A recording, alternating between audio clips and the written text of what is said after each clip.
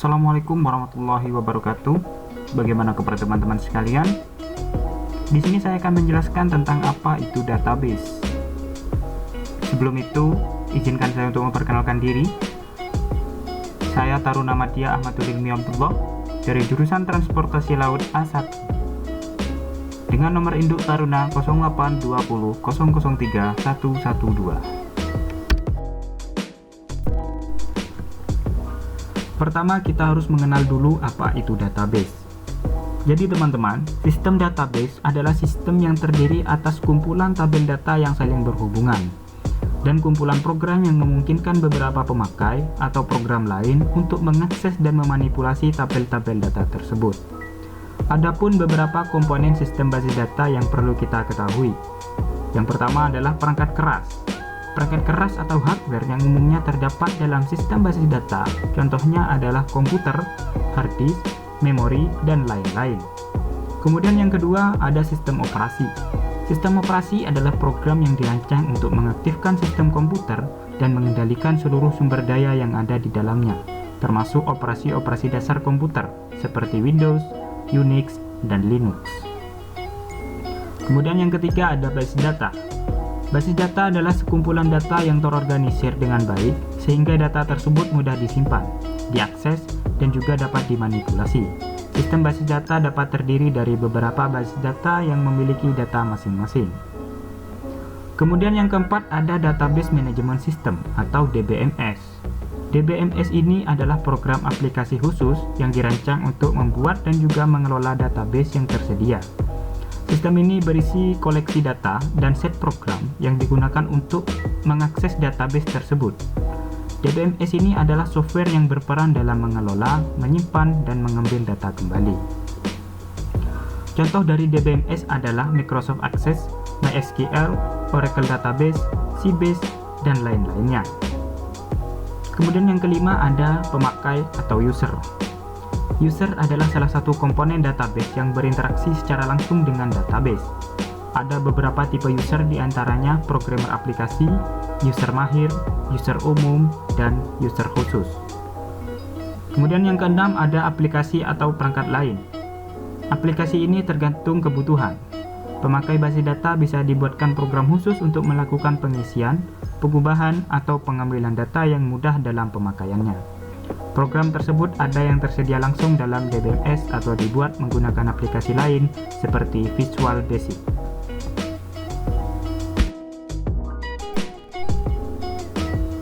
Poin selanjutnya yaitu tingkatan arsitektur basis data.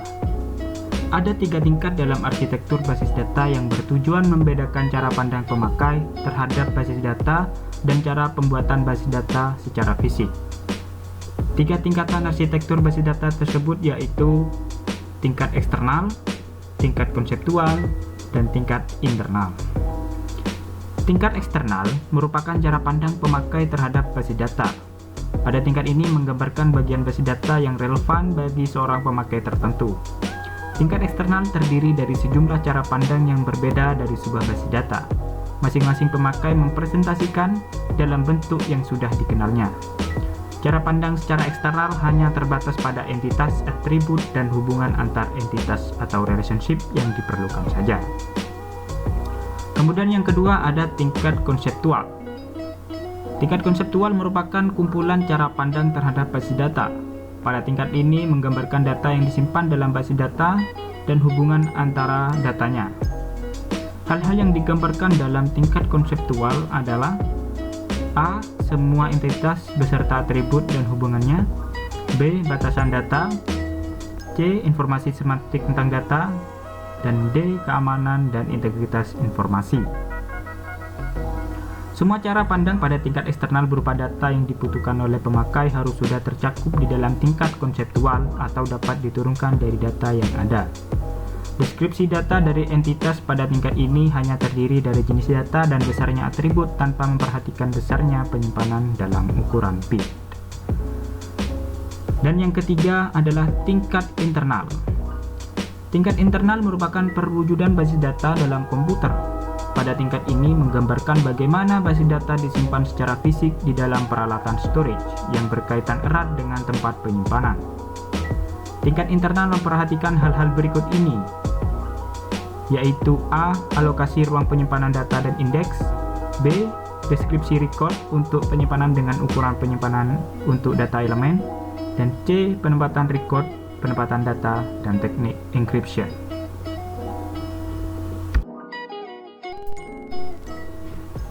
Selanjutnya kita akan mempelajari model-model basis data.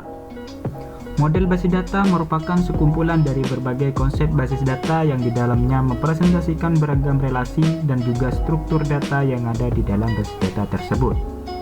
Adapun esensi dari model basis data merupakan tempat di mana data akan disimpan. Dan memang kita tidak akan pernah bisa melihat seperti apa model basis data tersebut. Akan tetapi, teman-teman masih bisa mengeceknya melalui algoritma yang digunakannya. Di samping ini, saya akan memberikan penjelasan mengenai beberapa model basis data yang sebenarnya masih banyak orang yang belum mengetahuinya. Yang pertama adalah model hierarki. Dalam model hierarki ini, data disusun menurut struktur pohon. Puncak dari hierarki disebut dengan root, sedangkan entitas atau interface di bawahnya dikenal sebagai induk atau parent. Entitas induk mempunyai beberapa sub-entitas yang disebut anak atau child. Entitas dalam model hierarki digambarkan dengan 4 persegi panjang, sedangkan relasi atau hubungan dengan entitas lain dinotasikan dengan garis. Gambar di samping ini menjelaskan salah satu contoh model hierarki basis data.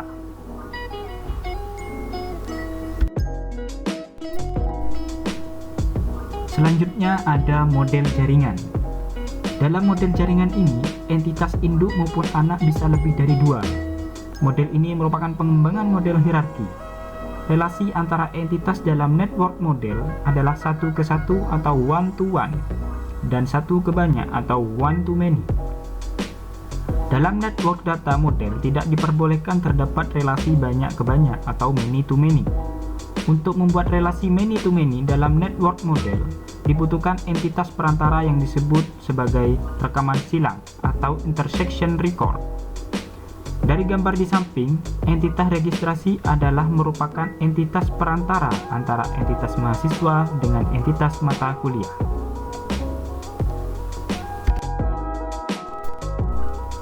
Kemudian ada model relasional.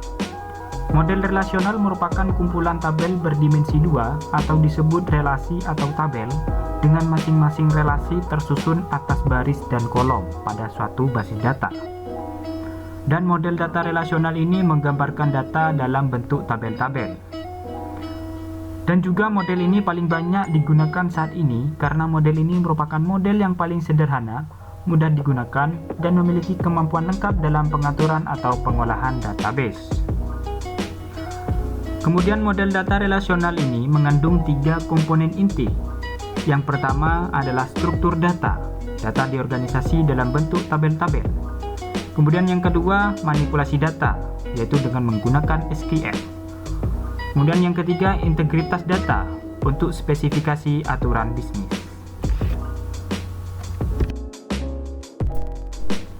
Selanjutnya ada model berorientasi objek.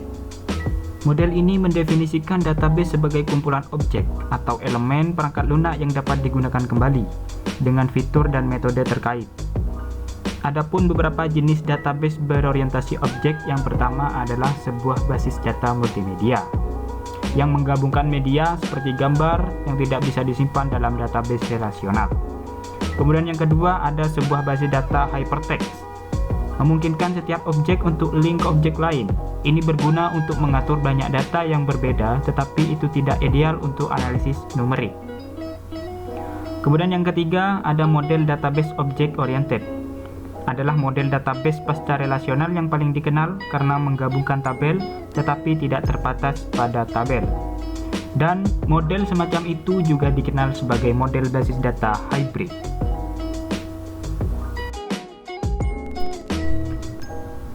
Di poin ini kita akan memperdalam tentang Database Management System atau DBMS. DBMS adalah sistem penorganisasian dan sistem pengolahan database pada komputer.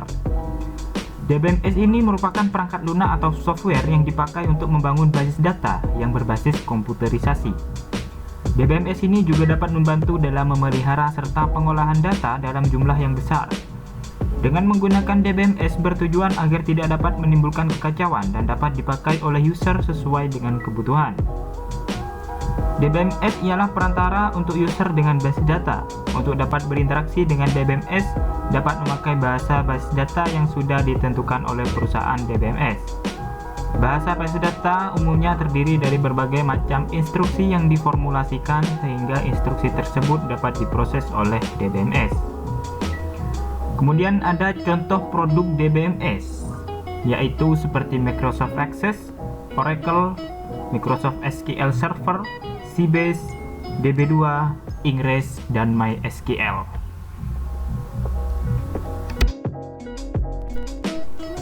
Di poin terakhir ini ada Structured Query Language atau SQL.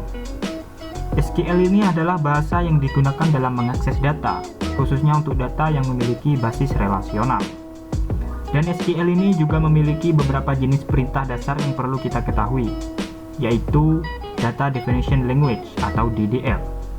Perintah dasar ini sebenarnya merupakan perintah paling mendasar dari bahasa SQL. Tujuannya untuk membuat struktur sebuah database.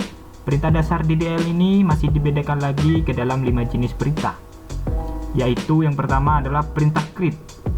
Sebuah perintah yang bisa kita gunakan ketika membuat sebuah database yang baru. Kemudian yang kedua ada perintah alter. Biasa digunakan ketika kita ingin mengubah struktur tabel yang sebelumnya sudah ada. Dan yang ketiga ada perintah rename. Dapat kita gunakan untuk mengubah sebuah nama di sebuah tabel maupun kolom yang telah ada. Dan yang keempat ada perintah drop. Bisa kita gunakan dalam menghapus baik itu berupa database, tabel maupun kolom hingga indeks. Dan perintah yang kelima ada perintah show. Perintah DDL ini digunakan untuk menampilkan sebuah tabel yang ada. Kemudian jenis perintah dasar SQL yang kedua ada Data Manipulation Language atau DML. Perintah dasar SQL ini bertujuan untuk memanipulasi data yang ada dalam sebuah database. Perintah dalam DML juga terbagi ke dalam 4 jenis. Beberapa di antaranya adalah insert, select, update, dan delete.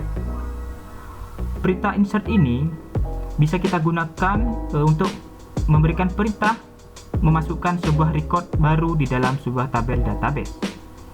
Kemudian untuk perintah select, pada perintah ini kita dapat menggunakannya dalam menampilkan maupun mengambil sebuah data pada tabel.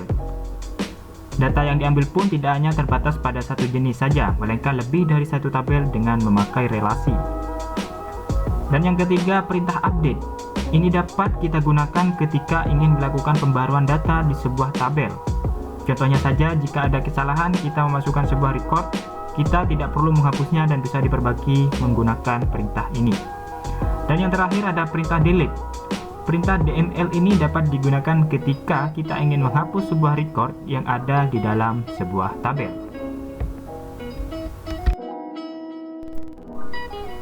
Baik, sekian dari saya. Saya ucapkan terima kasih kepada semuanya yang telah menonton. Demikian akhir presentasi saya. Semoga bermanfaat untuk kita semua. Dan semoga apa yang disampaikan barusan adalah awal untuk kita menerjang badai kehidupan. Saya Ahmad Tulmi dan sampai jumpa.